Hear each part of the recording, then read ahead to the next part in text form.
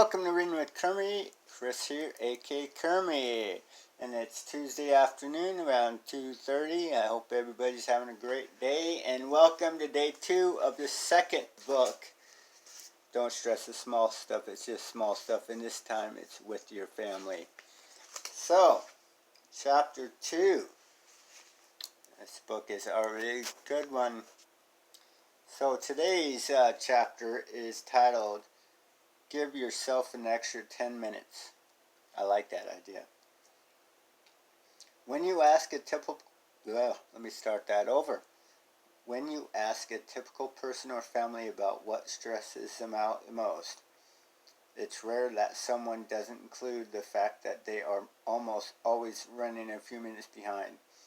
Whether you're off to a soccer match, work, the airport, a neighborhood picnic, a typical day at school or church, it seems most of us almost always find a way to wait until the last possible minute to leave, thus running a little late. Hi, Binks. You're joining me today? Come on. Come in. Binks is with us today. It's been a few Reading with Kermies, maybe not. Okay, he's walking away. If you change your mind, sir. This tendency creates a great deal of unnecessary stress. Yes, it does. As we're constantly thinking about who is waiting for us, how far we are behind schedule, and how often this occurs. Invariably, we end up clutching the steering wheel, tightening our neck, and worrying about the consequences of being late.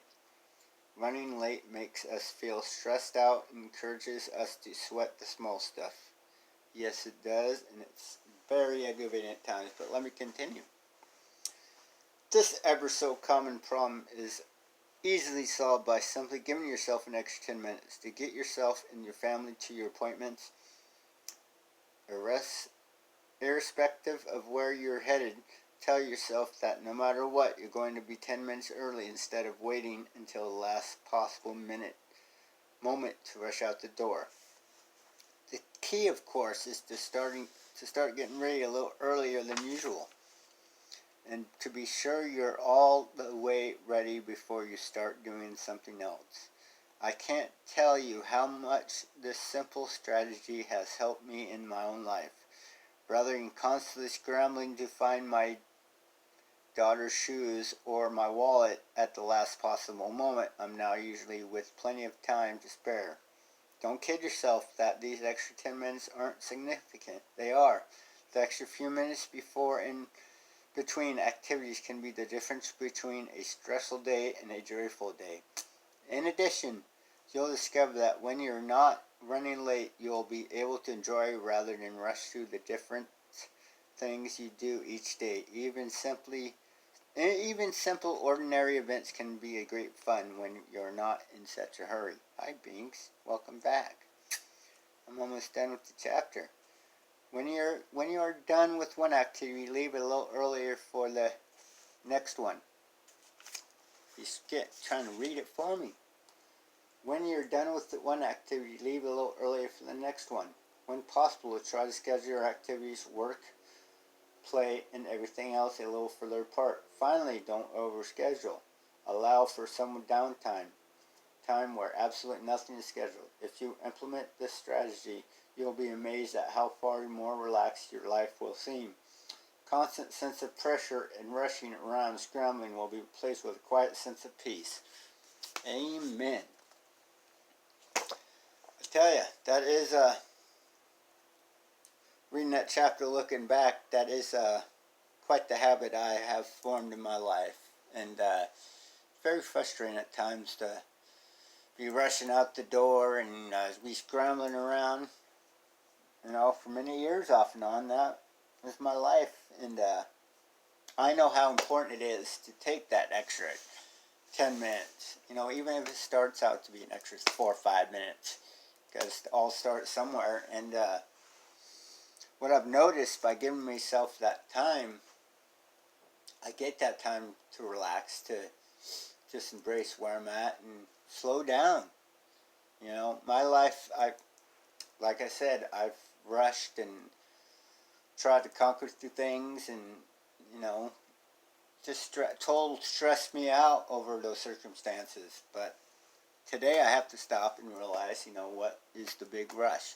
Yes, we all have appointments to get to. Yes, we all have deadlines to cross in this day and age and all that stuff. But like I said, even if it's that extra 5-10 minutes we give ourselves, it does make a world of difference. And I'm telling you this from experience, that especially this last year, 5-6 months, I've been learning to slow down and not take things so seriously and not rush it.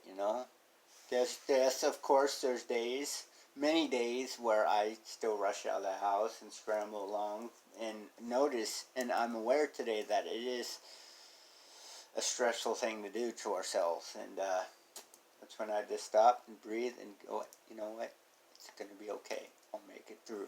I'll make it to my appointment. I'll get to work.